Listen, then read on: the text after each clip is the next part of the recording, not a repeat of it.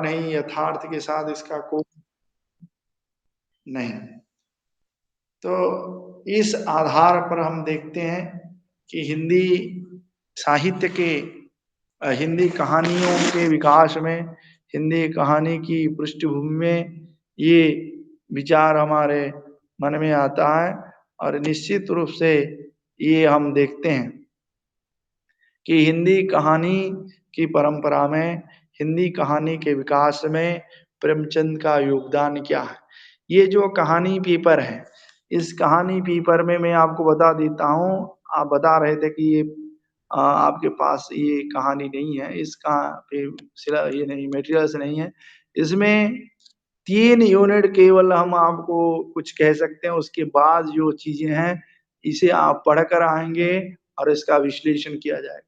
ये तमाम कहानियाँ हैं, उसने कहा था, जिसके लेखक हैं चंद्रधर शर्मा गुलेरी, उसकी रात जिसके कहानीकार हैं प्रेमचंद, आकाशदीप जयशंकर प्रसाद की रचना है, हार की जीत सुदर्शन की कहानी है, पाजेब जैनेन्द्र कुमार की कहानी है, तीसरी कसम फणीश्वर नाथ रेणु की है, मिस पाल मोहन राकेश की कहानी है, परिंदे कहानी निर्मल वर्मा की है, अमरकांत की जबरदस्त कहानी दोपहर का भोजन है, अर्पिता ज्ञानरंजन की कहानी है, कृष्णा सोवती की कहानी सिक्का बदल गया, ये महत्वपूर्ण कहानी है, और विपिन बिहारी की कहानी है षड्यंत्र। इस प्रकार इसकी पृष्ठभूमि में हम देख सकते हैं कहानियों को। तो हम आगे जब आगे की कक्षाओं में इसकी चर्चा करेंगे, तो इन कहानियों को पढ़कर आपको आना पड़ेगा। तो इन कहानियों को पढ़ने के बाद ही हम इन कहानियों के विश्लेषण कर पाएँगे कि इस कहानी में है क्या। हाँ, आप ये कह सकते हैं, सर कैसे हमारे पास मटेरियल नहीं है, हम कैसे पढ़ेंगे? आपके पास देखिए, जब मेरे पास ना तो सिलेबस है, ना तो सिलेबस था, ना मटेरियल था। जहाँ चाहा है, वहाँ रहा है। आप इंटरनेट के माध्यम से इन कहानियों को पीडीएफ डाउनलोड कर सकते हैं। अगर पढ़ना चाहें, तो कई उपाय हमारे सामने उपस्थित हो जाते हैं। अगर हमारे मन में पढ़ने की इच्छा है, हकीकत में हम पढ़ना चाहते हैं, सचमुच हम कुछ करना चाहते हैं, अपने आप को ठगना नहीं चाहते, तो निश्चित रूप से हम पढ़ सकते हैं। तो जिन कहानियों का नाम हमने बताया, अगर ये आपको याद नहीं है, तो आप जाइए गूगल सर्च में जाइए और लिखिए कि इग्नो PHDC 110, तो वो आ जाएगा। तो उसी में आप ये काम कीजिएगा, देख लीजिएगा कि कौन-कौन सी कहानियाँ हैं। उसने कहा था कहानी आपको पीडीएफ में मिल जाएगी, पाजेब भी मिल जाएगी, बहुत सारी, इनमें से बहुत सारी कहानियाँ आपको पीडीएफ फॉर्म में मिल जाएगी। 1-2 कहानियाँ भले ही ना मिले, आप हिंदी के कई वेबसाइट्स हैं, जहाँ जाकर इन कहानियों को आप पढ़ सकते हैं, ऑनलाइन भी पढ़ सकते हैं और उसके जो सार है, उसका जो सार है, उसकी जो कथा वस्तु है, उसे आप रेखांकित कर सकते हैं। चलिए, हम बात कर रहे थे हिंदी कहानी के उद्भव और विकास की। हिंदी कहानी का उद्भव और विकास इस प्रकार हमने बताया था कि उपन्यास का उद्भव और विकास प्रेमचंद को केंद्र में रखकर किया गया। उसी प्रकार हिंदी कहानी का उद्भव और विकास प्रेमचंद को ही केंद्र में रखकर किया गया।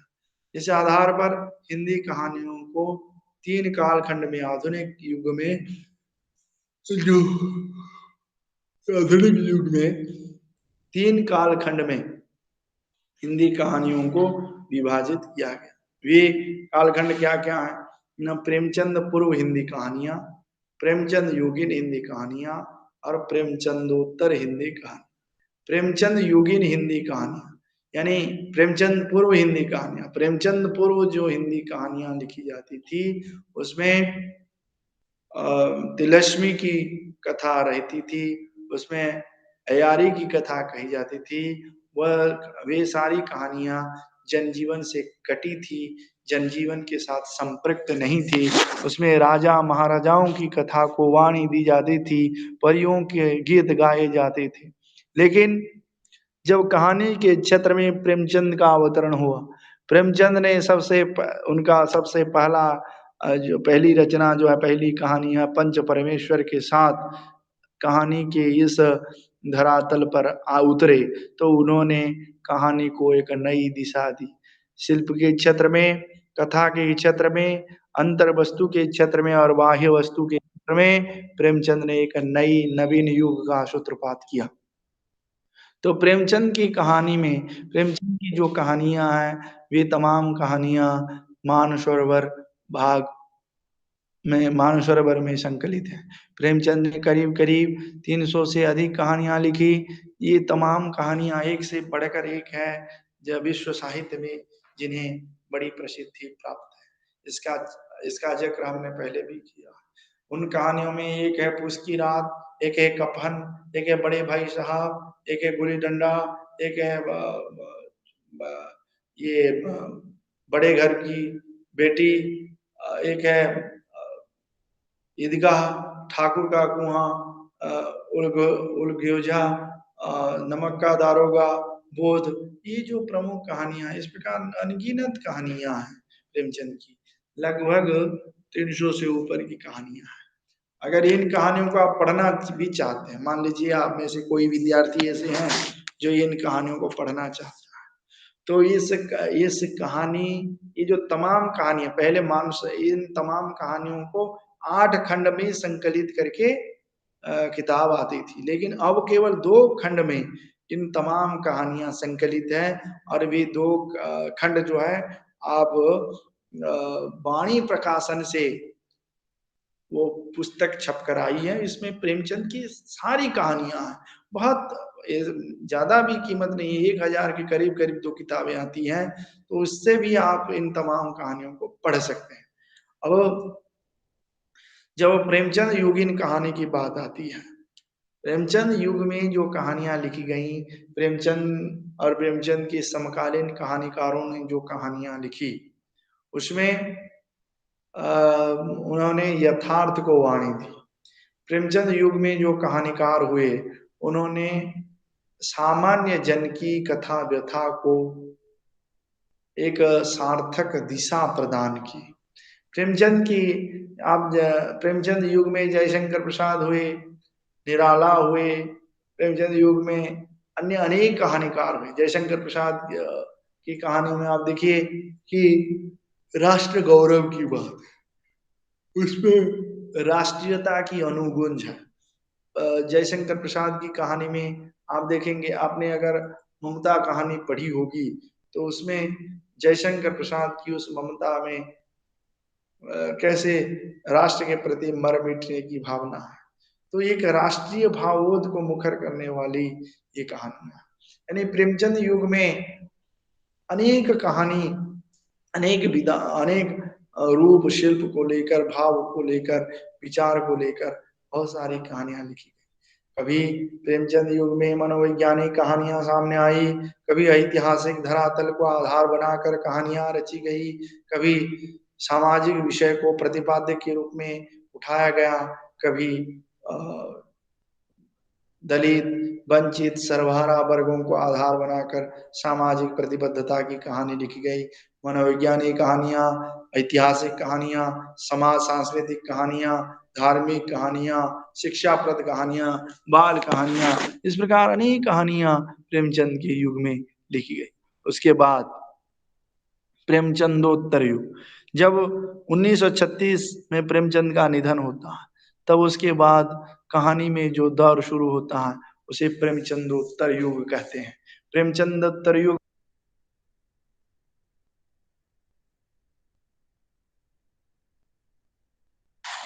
प्रेमचंद 1936 के बाद प्रेमचंद का जो दौर शुरू होता है,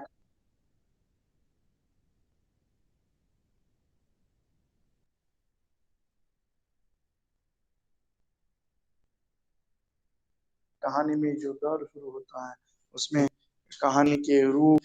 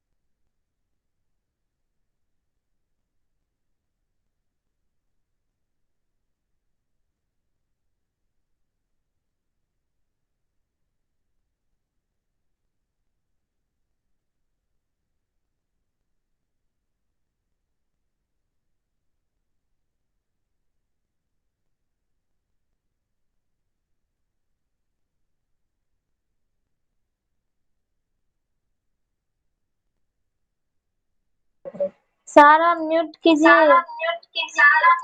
अच्छा अच्छा। तो इसमें प्रेमचंद के बाद जो कहानियां सामने आई, प्रेमचंदोत्तर युग के बाद जो कहानियां सामने आई, प्रेमचंद युगीन जो कहानियां हैं, उसके बाद जो कहानियां हमारे सामने आती हैं उसे प्रेमचंदोत्तर कहानियां, वह प्रेमचंदोत्तर कहानियां कहलाती हैं। इसमें हम उन कहानीकारों को देखते हैं, समकालीन कहानीकारों को देखते हैं, उसमें साठोत्तरी कहानियों को देखते हैं, उसमें आज की कहानियों को देखते हैं। तो इसमें ये जो कहानी है, नई कहानी है, ये नई कहानी, समांतरल कहानी, ये जो कहानियां होती हैं, ये पिंड में ब्रह्मांड का दर्शन कराती है।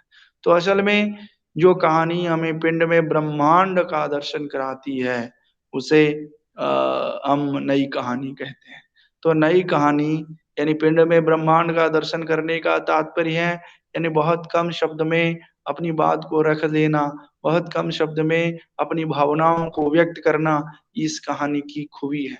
यानी एक ही शब्द में, एक ही लाइन में अपने अपनी बात को सबके सामने प्रकट करने वाली जो कहानी है वो नई कहानी है।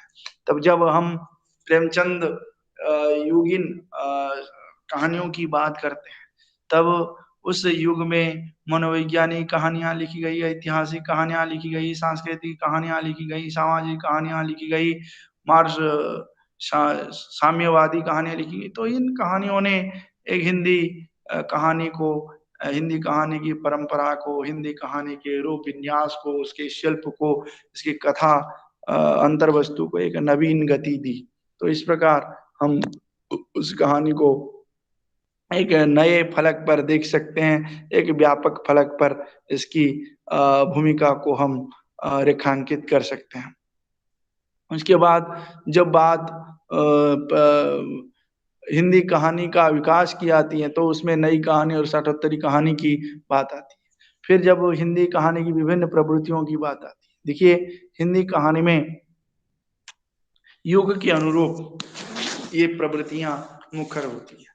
आप जानते हैं कि हिंदी कहानी की इस परंपरा में सबसे महत्वपूर्ण तथ्य ये है कि हिंदी कहानी की इस परंपरा में हम दो महत्वपूर्ण तथ्य तथ्य और तर्क की बात करते हैं।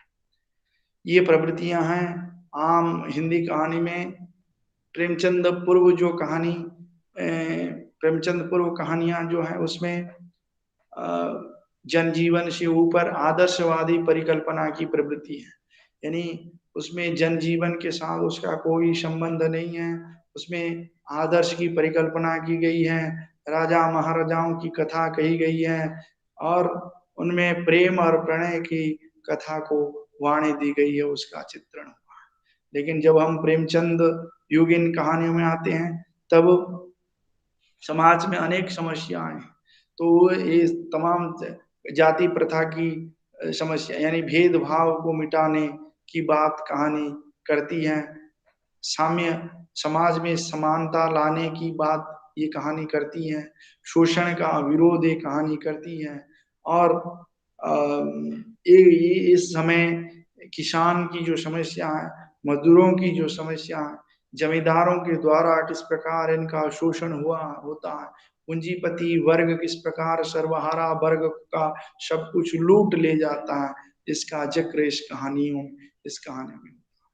लेकिन जब धीरे धीरे ये कहानी की परंपरा, ये नई कहानी, ये प्रेमचंद युगीन कहानी के बाद प्रेमचंदोत्तर युगीन कहानियां आती हैं जिसमें हम साठोत्तरी कहानियों को भी सम्मिलित कर सकते हैं, नई कहानियों को भी रख सकते हैं। इसमें यानी आजादी से पहले जो सपने संजोए गए थे, चित्र लेखकों ने, साहित्यकारों ने जो स्वप्न संजोए थे, उन सपनों को किस प्रकार यहाँ वाणी दी गई है, वाणी देनी थी लेकिन किस प्रकार उस जो कोहरा छट गया और पूरा का पूरा स्वरूप बदल गया।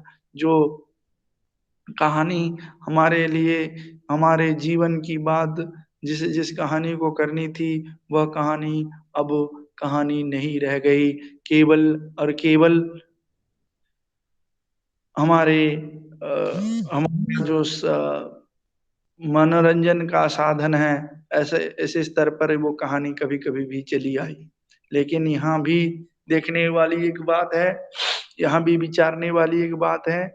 ये कहानी एक एक शब्द में, एक इसके स्वरूप देखिए, इसके चित्रण देखिए, इसका एक एक शब्द बहुत कुछ कह देने की क्षमता रखता है। इस कहानी का ये शिल्प विधान है, इसकी रचना शैली है, ये जो ये कहानी को अनोखी बनाती है। तो इन प्रवृत्तियों में अब भाषा भी ले सकते हैं। प्रेमचंद पूर्व युग की जो कहानी है, उसमें जो भाषा है, उसमें मिली-जुली शब्द का प्रयोग हम देखते हैं। उसमें लेकिन प्रेमचंद काल में आते-आते खड़ी बोली शब्द का व्यापक और बहुलता से प्रयोग हमारे सामने आता है, और उर्दू शब्द का भी बहुत व्यापक प्रचार होता है। लेकिन जब हम प्रेमचंद प्रवर्ती काल में आते हैं, यानी प्रेमचंदोत्तर काल में आते हैं, तो कहानी की भाषा भी बहुत कुछ बोल जाती है। उसकी भाषा सपाट बयानी होती है, सबको सबको बोध हो ऐसी भाषा का प्रयोग यहाँ कहानीकार करने लगते हैं। तो शिल्प की दृष्टि से इन तमाम कालखंडों की जो कहानियाँ हैं, अलग-अलग प्रकार की हैं, किसमें प्रत्यक्ष उक्ति के माध्यम से बातें कही जाती हैं, तो किसमें परोक्ष उक्ति का सहारा लिया जाता है। इस प्रकार ये हिंदी कहानियों की विविध परिप्रेक्ष्य हैं, विविध परिप्रेक्ष्य में कहानियों को इस प्रकार प्रस्तुत किया गया है। अब बात उसने कहा था कहानी की करनी है। आगे जो कहानियाँ हमने आपको बताई, ये तमाम कहानियाँ जो हैं देखिए, अगर मैं 1 मिनट अगर मैं शेयर कर सकता हूँ तो 1 मिनट में आपको बता देता हूँ।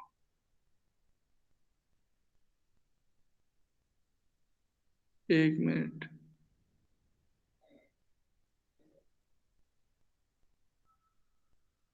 नहीं, शेयर नहीं हो पा रहा है।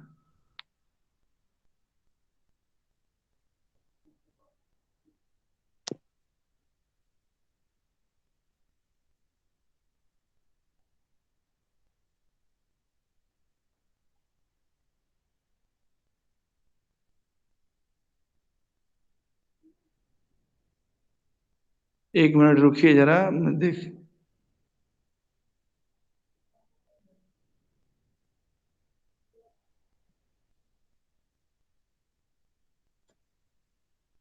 नहीं हो पा रहा है। तो इसमें जो है यही है कि अ, उसने कहा था, ये चंद्रधर शर्मा गुलेरी की कहानी है। चंद्रधर शर्मा गुलेरी हिंदी साहित्य के एक बहुत बड़े चर्चित कहानीकार हैं।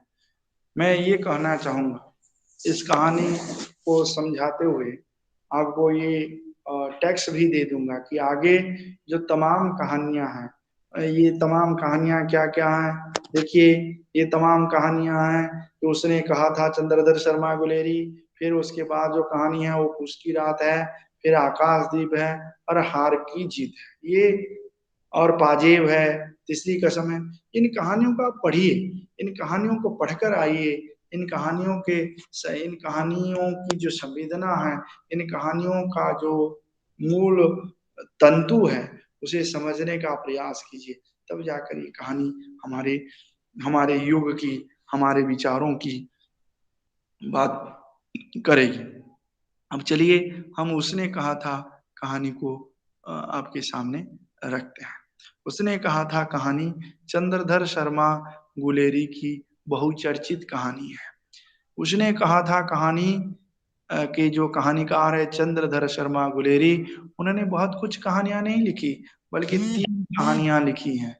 वह बुद्धू के कंटे, और उसने कहा था, और एक है मैं भूल रहा हूँ। तो इन 3 कहानियों को लिखकर चंद्रधर शर्मा गुलेरी अमर हो गए।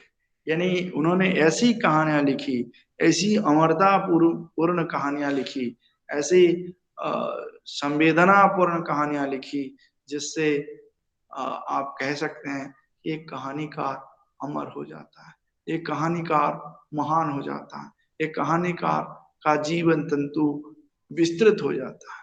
तो इसीलिए इस कहानी की जो पृष्ठभूमि है, इस कहानी की जो अंतर वस्तु है, इस कहानी की जो कथा है, इसे जानने की आवश्यकता है। ये कहानी द्वितीय विश्व युद्ध की पृष्ठभूमि में रची गई कहानी है। द्वितीय विश्व युद्ध के दौरान जो भारतीय सिपाही जर्मन के खिलाफ लड़ाई लड़ने विदेश गए थे, उनके उसी की पृष्ठभूमि में लिखी गई ये कहानी है। तो इसमें यानी जो कहते हैं एक सात्विक प्रेम है, यानी प्रेम के लिए अपने जीवन को बलिदान देने की जो कथा है, इसी में ये दर्शाया गया है। इसमें लहना सिंह है जो नायक, बुधा सिंह है, बाजरा हजारा सिंह है, और लहना सिंह इस एक कहानी जो है पूर्वदीप्ति शैली में रची गई कहानी है, यानी पूर्वदीप्ति यानी फ्लैशबैक। इस कहानी में हम पीछे जाकर इस कहानी को जानते हैं और इसी से अनुमान लगाते हैं ये कहानी ऐसी कहानी हो सकती है। तो इस कहानी में आप देखेंगे, इस कहानी में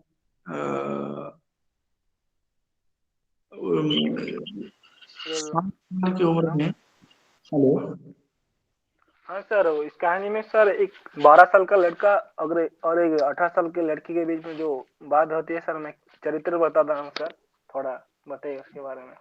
18 साल नहीं, कम है। कम है सर? हाँ, वो जो यानी लड़की की कुड़माई नहीं हुई है, और ये लड़का पूछता, लहना पूछता है क्या तेरी कुड़माई हो गई? कुड़माई यानी जैसे जिसे आजकल एंगेजमेंट कहते हैं। तो उन्होंने धत कहकर बार बार भग जाती है, और फिर लहना की नौकरी लगती है। अचानक द्वितीय जब वे युद्ध के लिए निकलते हैं, तो इस युद्ध के लिए निकलते समय लहना सिंह भी अपने जो सिपाही सलार होते हैं उन्हीं के घर जाते हैं। पता चलता है कि जिससे उसका ये प्रेम हुआ था, यानी जिससे उन्होंने तेरी कुड़माई हो गई ये बार बार पूछ रहा था, यही उसकी कैप्टन सिपाही सर। सुबेदार नहीं हो रहा सर, हाँ, सुबेदार नहीं हो रहा सर उस लड़की का नाम। सुबेदारनी, यही उसकी सुबेदारनी है। तो फिर दोनों में कुछ बात होती है। सुबेदार ने अपने पति और बेटे उनके साथ जा रहे हैं ऐसे कहती है, और ये कहती है कि बदले में मैं आपसे इन दोनों का जीवन अपना आंचल पसार कर मांगती हूँ। और अंत में यही होता है कि अपना जीवन देकर भी लहना सिंह उनके बेटे को, यानी सुबेदारनी के बेटे और अपने जो मांग बेटे का नाम है, बेटे का नाम सर बुधा सिंह सर। बुधा सिंह को बचा लेता है। और इसी प्रकार पूर्वदीप्ति शैली में वो बार बार उस अपने प्रेम को याद करता है, यानी मृत्यु की शज्या में पड़े हुए, मृत्यु की बिस्तर पर पड़ा हुआ लहना सिंह अपने उस प्रेम को याद करता है। और एक शाश्वत प्रेम का एक ज्वलंत प्रमाण यहाँ प्रस्तुत होता है, जिसमें ये बताया जाता है कि प्रेम हमेशा कैसा नश्वर होता है। जो प्रेम करता है इस प्रकार अपने का सर्वस्व खो देता है। इसलिए तो बड़े बड़े कवि हुए, आपने मैथिली शरण गुप्त को पढ़ा होगा, मैथिली शरण गुप्त को जाना होगा। मैथिली शरण गुप्त ने क्या कहा है? मैथिली शरण गुप्त ने कहा है कि सखी पतंग, साकेत में, सखी पतंग भी जलता है, दीपक भी जलता है, शीश हिलाकर दीपक कहता, वृथा बंधु तू क्यों दहता, पर पतंग पड़कर ही रहता, दोनों और प्रेम पलता है। कितनी विहुलता है दोनों में, दोनों और प्रेम पलता है। जगती बणी वृत्ति रखती, काम नहीं परिणाम निरखती, मुझे यही खलता है, दोनों और प्रेम पलता है। प्रेम के पलने का जो निरंतर प्रयास है, यही तो उत्कृष्ट प्रेम है। जो देखिए आपका ये उदाहरण दूसरा भी हम दे सकते हैं। जो कीड़ा लकड़ी को टूक टूक कर काट सकता है, लेकिन वो कमल की पंखुड़ियों में बंद हो जाता है, मर जाता है, अपनी मृत्यु को गले लगा देता है, लेकिन पंखुड़ियों को छेद कर बाहर नहीं आता। क्या उसमें वह शक्ति नहीं है? क्या वह बाहर नहीं आ सकता?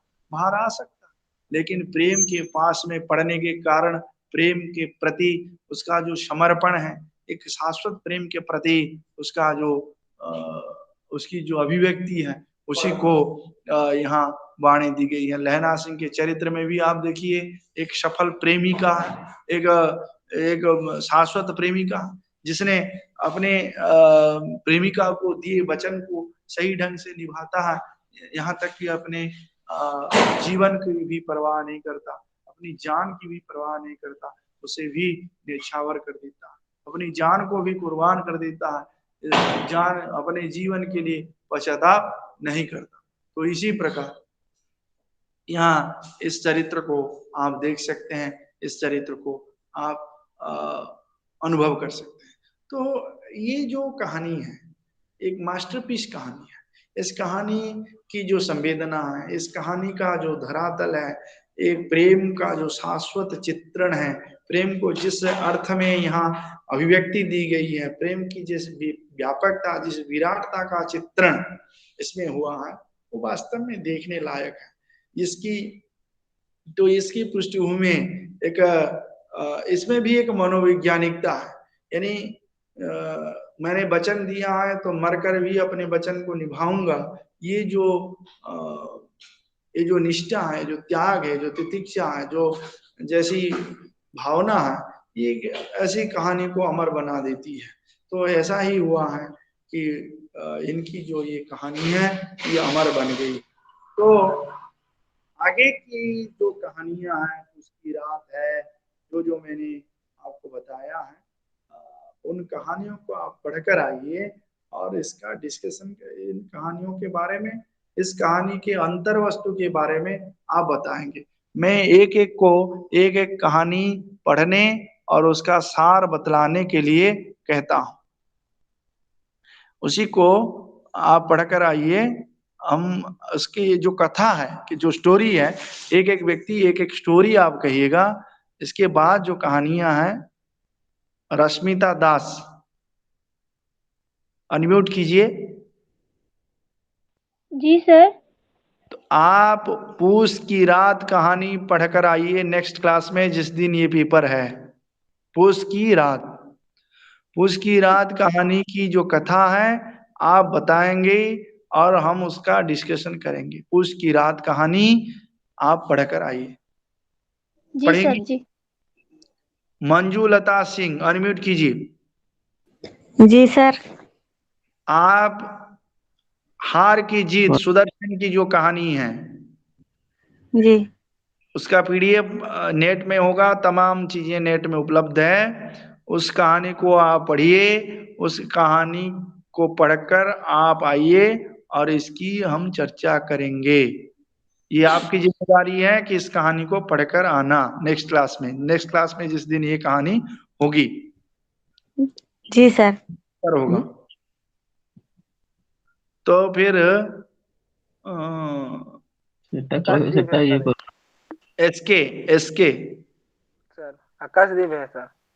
अच्छा, आकाशदीप कहानी को आप पढ़कर आइए। जयशंकर प्रसाद की कहानी है, इसकी क्या कथा वस्तु है, इसके माध्यम से कहानीकार क्या कहना चाहता है, इसे आप पढ़कर आइए। आप कहानी की स्टोरी बताएंगे, उसके बाद उसकी जो आलोचनात्मक दृष्टि है, उसकी कैसी कथा वस्तु है, उसका कैसा पात्र है, पात्रों का कैसा चरित्र चित्रण होना चाहिए, कहानी की दृष्टि से, कहानी कला की दृष्टि से उसकी कैसी समीक्षा होनी चाहिए।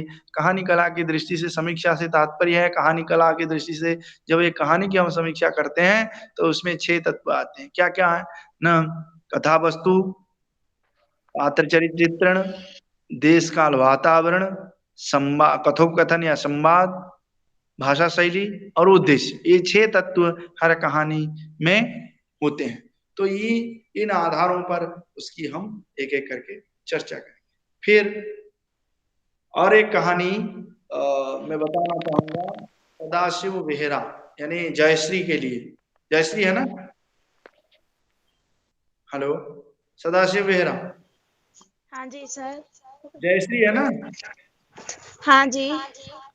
तो आप ज्ञानेंद्र कुमार की जो कहानी है पाजेब, जी सर फिर से बोलिए। ज्ञानेंद्र कुमार की एक कहानी है पाजेब, ज्ञानेंद्र कुमार की कहानी, चर्चित कहानी है पाजेब।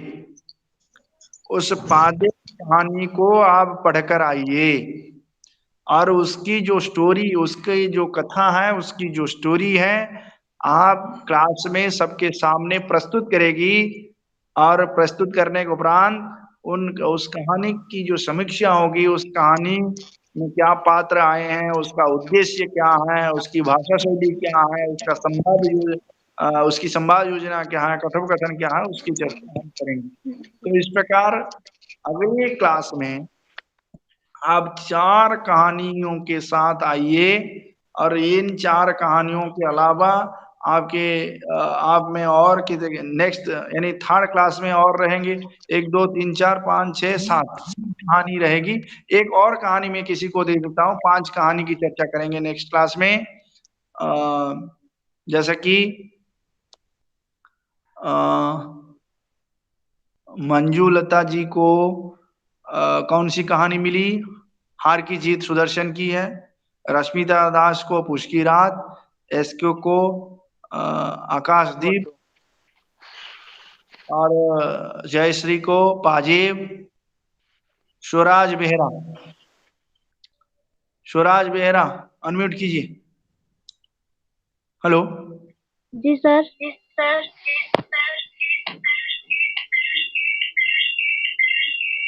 अरे इको क्या है भाई? इको मशीन क्या लगा रखा है? जी सर ऐसा 4 5 बार कर रहा है।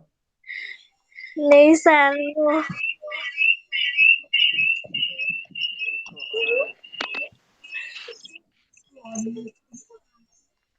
नहीं सर ऐसा कर रहा है ना।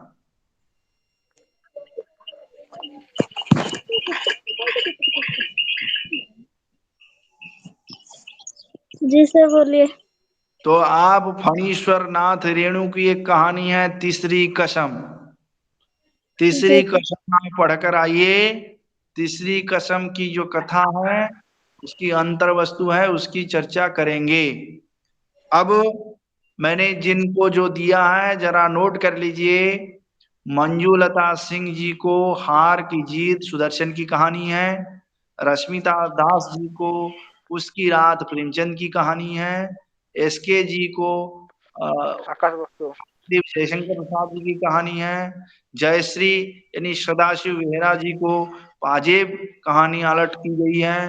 और स्वराज बेहरा जो अब हमने जिनको ये कहानी दी है, ये फणीश्वर नाथ रेणु की कहानी है तीसरी कसम।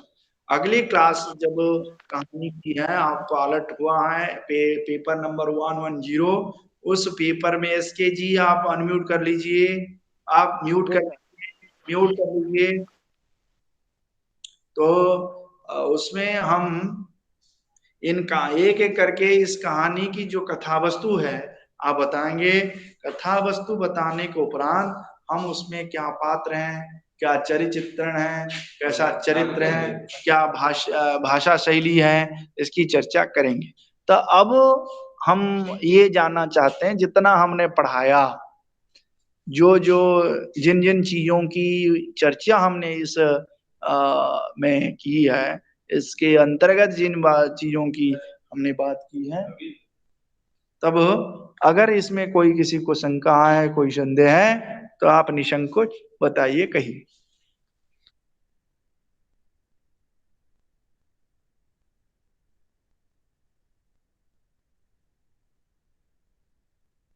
आपके सामने अगर किसी को कोई शंका है, अब 17-18 मिनट है, हम ये सेशन डिस्कशन करेंगे।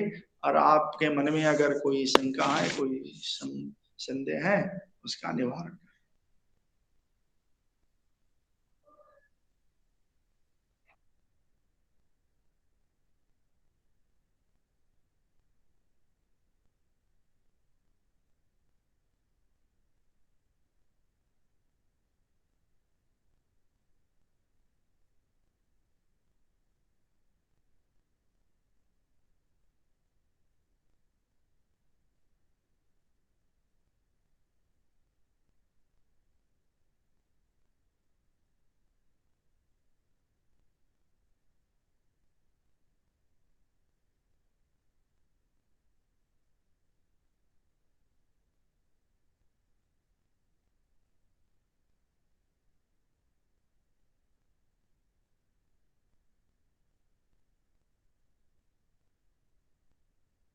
कोई शंका है, कोई संदेह है किसी के मन में? कहानी जो आपको दी गई है, इस कहानी को आप अभी अ, देखिएगा। जैसे क्लास खत्म हो जाएगा तो तुरंत आप अपने मोबाइल पर इन कहानियों को ढूंढ लीजिएगा। बहुत सारे वेबसाइट्स हैं, बहुत सारे ये है जिसमें इन कहानियों को ढूंढा जा सकता है, देखा जा सकता है, खोजा जा सकता है, पढ़ा जा सकता है। केवल आपको मेहनत करने की आवश्यकता है, बिना मेहनत के कुछ नहीं होता।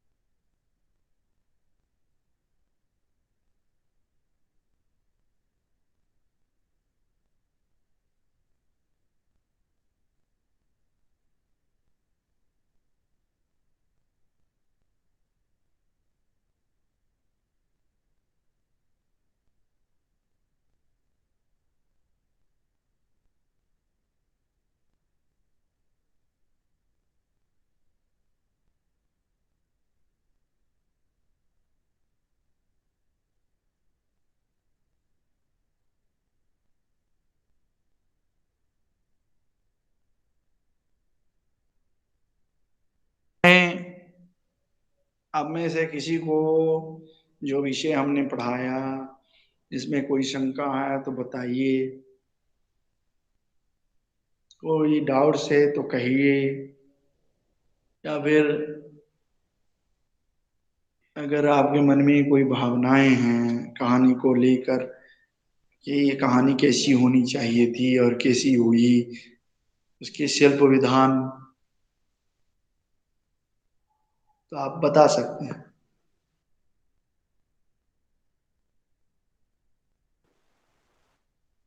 सर बताइए। सर कहानी का उद्भव, तो ये उद्भव का मतलब क्या है? कहानी का उद्भव से तात्पर्य है किस प्रकार कहानी का जन्म हुआ, कहानी विकसित हुई हिंदी में। क्योंकि ये तो कहानी जो है सर्वथा हिंदी में नवीन विधा है, आधुनिक युग की विधा है। पहले तो कहानियां नहीं थी, पहले यहाँ कविताएं लिखी जाती थी। लेकिन बंगाल के प्रभाव से या फिर अंग्रेजी के प्रभाव से अन्य भारतीय भाषाओं में जो कहानियां लिखी गई, तब हिंदी में कैसे उसका विकास हुआ, ये दर्शाया गया। उद्भव का मतलब है जन्म होना, कहानी का विकास होना, उत्पत्ति, कहानी की उत्पत्ति होना उद्भव से तात्पर्य है। ठीक है सर। सर और एक वर्ड है जो पंच परमेश्वर, ये क्या है? जो प्रेमचंद ने लिखा है जो पंच परमेश्वर, ये क्या है? पंच परमेश्वर एक प्रेमचंद की कहानी है। पंच परमेश्वर का अर्थ होता है, पहले जमाने में गांव में जो न्याय की व्यवस्था होती थी तब पंचायत बैठती थी। पंचायत में 5 या उससे ज्यादा लोग होते थे जो गांव के मुखिया माने जाते थे। इनके न्याय को ईश्वर का न्याय माना जाता था। इसीलिए इन पंचों से ईश्वर और परमेश्वर यानी इन पांचों का जो न्याय है ये परमेश्वर का न्याय माना जाता था। और इस कहानी में किस प्रकार न्याय व्यवस्था गांव में है उसी को उजागर किया गया है। पंचों, 5 परमेश्वर यानी 5 न्याय करने वाले लोगों से लेकर ये या उससे गांव में बैठने जो मुखिया हैं उनके न्याय को लेकर ये इस कहानी का नामकरण पंच परमेश्वर हुआ है। इस कहानी को प्रेमचंद ने लिखा है? इस कहानी को प्रेमचंद ने लिखी है। जी सर। ये जो कहानी है प्रेमचंद ने ये कहानी प्रेमचंद ने लिखी है, इस कहानी को प्रेमचंद ने लिखा है। जी सर।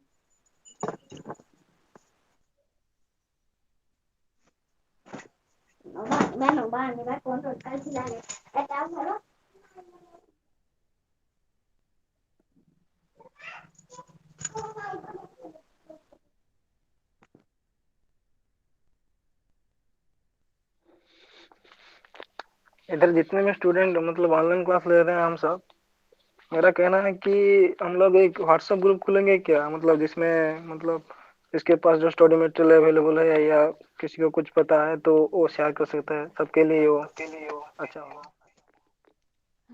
हाँ हाँ, करिए यदि करिए। सब लोग एग्री हैं तो देन एक व्हाट्सएप ग्रुप क्रिएट कीजिए।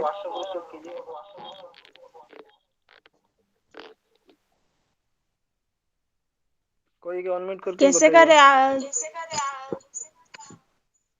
हाँ, एक ग्रुप करेंगे हमें। कौन क्रिएट करेगा ग्रुप बोलो।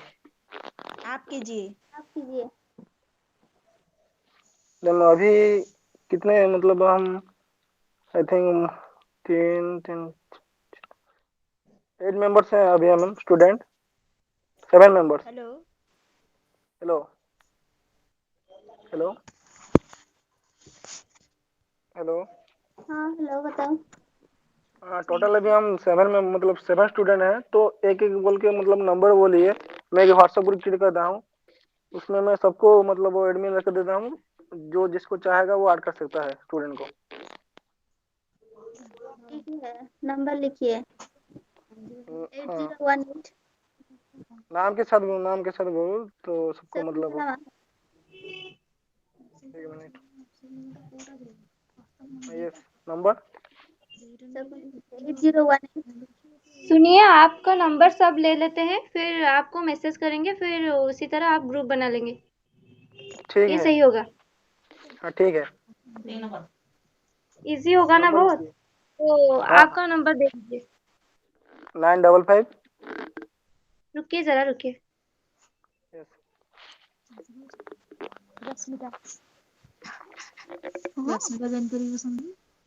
हाँ बोलिए। 955 955 69 69 34 34 625। 625। यस सुनिए जरा। हाँ 955 यस 693 जी 4625। हाँ यस हाँ ठीक है। ठीक। आपका नाम सुहासिस महाकुल। क्या? सुहासिस महाकुल। ठीक है।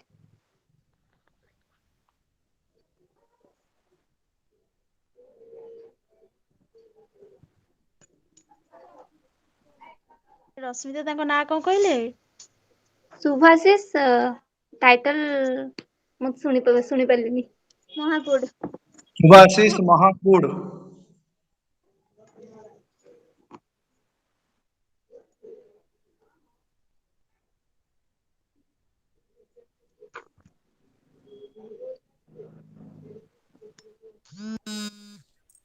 ଏଇଟା କଣ ଅଛି? ଯାଉନ ଜଗବନ୍ଧୁ କଣ ଫୋन କରୁଛି। आप में से किसी के मन में कोई शंका है तो बताइए, समय खत्म होने वाला है, 6-7 मिनट बचा हुआ है, फिर एक एक करके लेफ्ट करेंगे समय पूरा होते ही।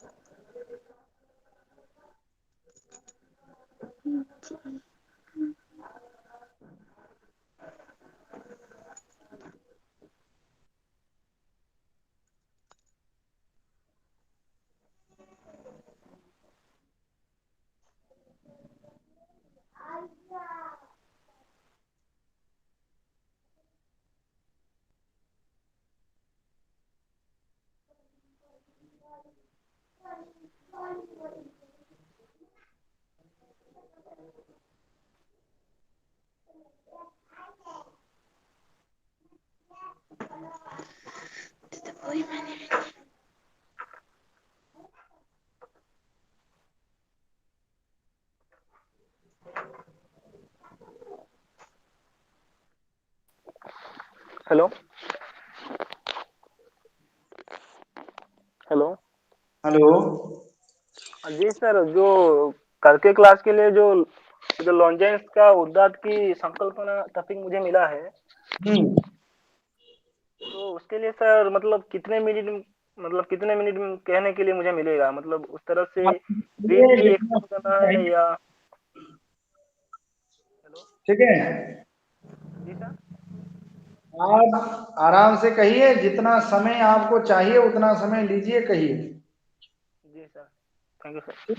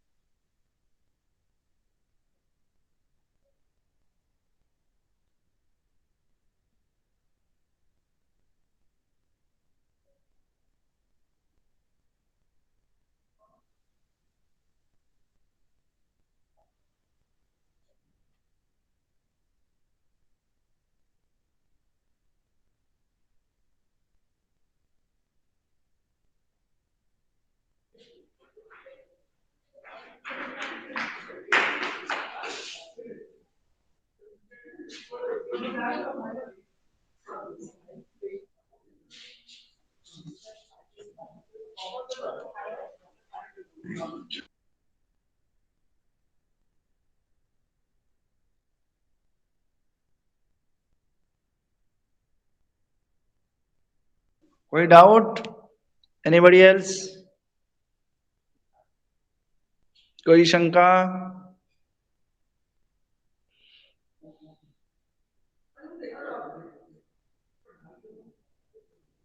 नहीं है सर। ठीक है।